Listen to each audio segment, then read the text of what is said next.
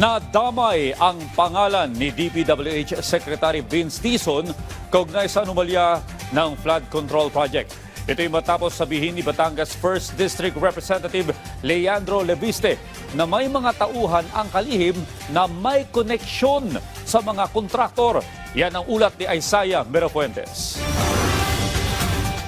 Sa pag-usad ng mga usapin sa anomalya ng flood control project, isa sa DPWH Secretary Vince Dizon ang inatasan ni Pangulong Ferdinand Marcos Jr. na mag-imbestiga nito. Maraming pangalan na ang lumalabas na sinasabing dawit sa pagnanakaw sa kaban ng bayan. Pero ngayong araw, ang mismong nangunguna at mga kasamahan nito sa kanyang ahensya ang kine-question. Matapos himukin ni Batangas 1st District Representative Leandro Leviste si Sec Dizon na ihayag ng lahat ng kanyang aniyay koneksyon nito at ng kanyang mga opisyal sa mga kontraktor ng DPWH. Ayon kay Congressman Leviste, nakatanggap kasi siya ng report na may koneksyon umano ang grupo ni Dizon sa mga kontraktor at ang ilan umano sa kanyang kasama sa kagawaran umano'y kontraktor din mismo.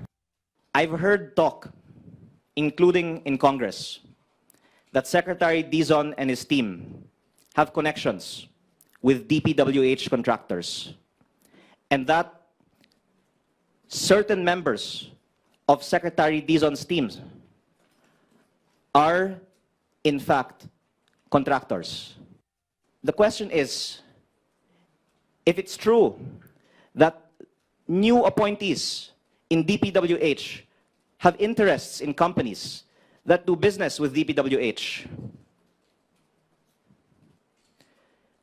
are we sure that there will be no conflict of interest in the awarding of contracts under the new leadership at DPWH?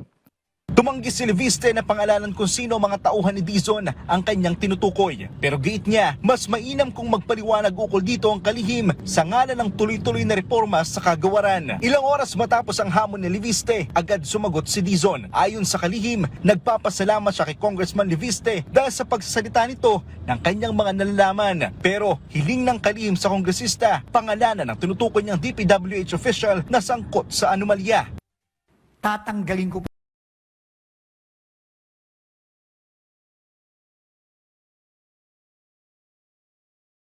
to me, no, na malaman talaga. Gusto rin niyang makausap si Leviste tungkol sa kanyang mga aligasyon. Hindi ko papalampasin yan kahit anong pa yan. Pero sa pagkakaalam ko, no, dito sa mga undersecretaries, no, na ating inaya, no, at hindi madaling mag-aya ng undersecretary sa DPWH sa panahong ito. No, wala sa kanilang kontraktor. Yun ang aking pagkakaalam. Hinihikayat rin ni Dizon ang publiko na tulungan ng gobyernong tukuyin kung may nalalaman silang mga individual na sangkot sa anomalya sa flood control project. Isaiah Mirafuentes para sa Pambansang TV sa Bagong Pilipinas.